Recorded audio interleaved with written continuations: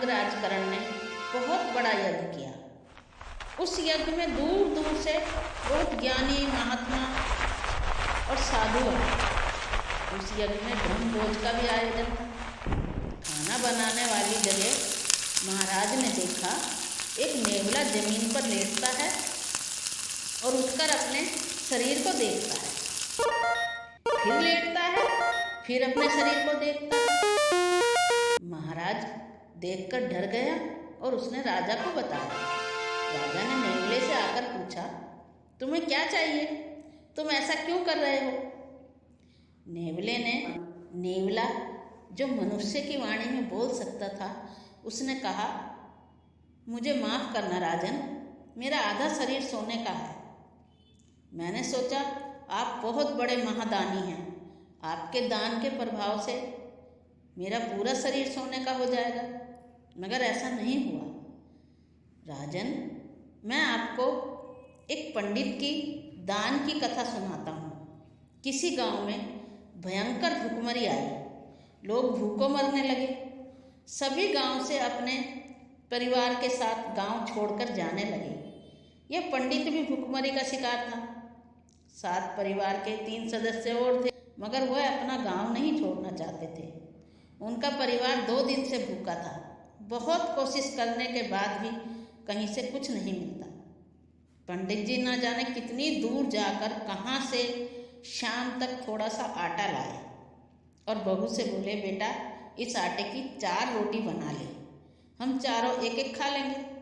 बहू ने 4 रोटी बनाई और चारों खाने बैठे ही थे कि कहीं से एक कुत्ता आ गया। वो भी शायद काफ़ी दिन से भूखा था। आकर उन्हें देखने लगा। उसे देख पंडित जी ने अपने हिस्से की रोटी उस कुत्ते को दे दी। कुत्ते ने रोटी खाकर उन्हें फिर दे।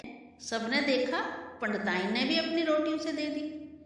कुत्ते ने वह रोटी भी खा ली और खाकर फिर उन्हें ताकने लगा। शायद उसे और रोटी की ज़रूरत थी। उसे देखकर बहू और बेटे ने भी अपनी अपनी रोटी कुत्ते को दे दी। चारों रोटी खाकर कुत्ता वहाँ से चला गया।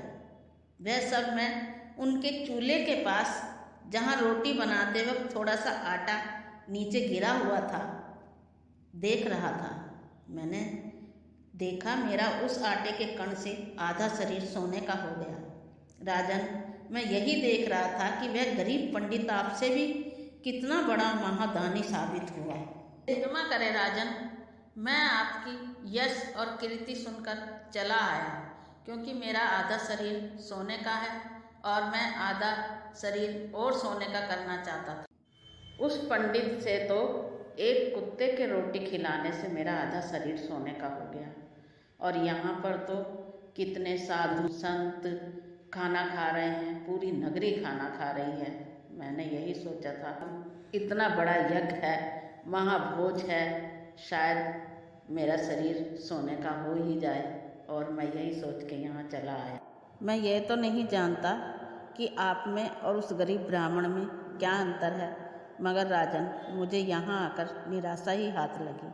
और इतना कहकर नेवला चला गया और राजा सोच में डूब गया कि कमी कहाँ पर रह गई। पंडितों में से एक बोला, राजन आप परेशान ना हो, उस गरीब ब्राह्मण के पास तो कुछ था नहीं, 2 दिन से भूखे थे, फिर भी उन्होंने त्याग किया और खाना अपना कुत्ते को दे दिया।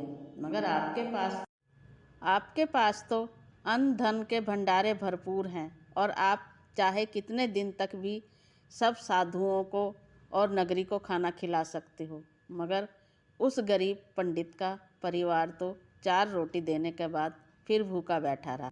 दान करने के लिए जरूरी नहीं बड़े बड़े यज्ञ किए जाएं या महाभोज किया जाए, छोटे से छोटा भी किसी एक भूखे को खाना खिलाने से भी बहुत बड़ा दान लगता है। चींटी को भी अगर हम आटा डालेंगे वो भी दान ही है, और अगर पक्षियों को दाना या पानी रखते हैं वो भी दान है। निस्वार्थ सेवा को ही दान बोलते हैं। दान दिखावे के लिए नहीं किया जाता है। कोमल मन के अंदर अगर किसी के लिए कुछ करने की भावना उत्पन्न होती है, उसे लाइक और सब्सक्राइब करना ना भूलें। देखते रहिए दादी माँ के पिटारे से हर शुक्रवार। धन्यवाद।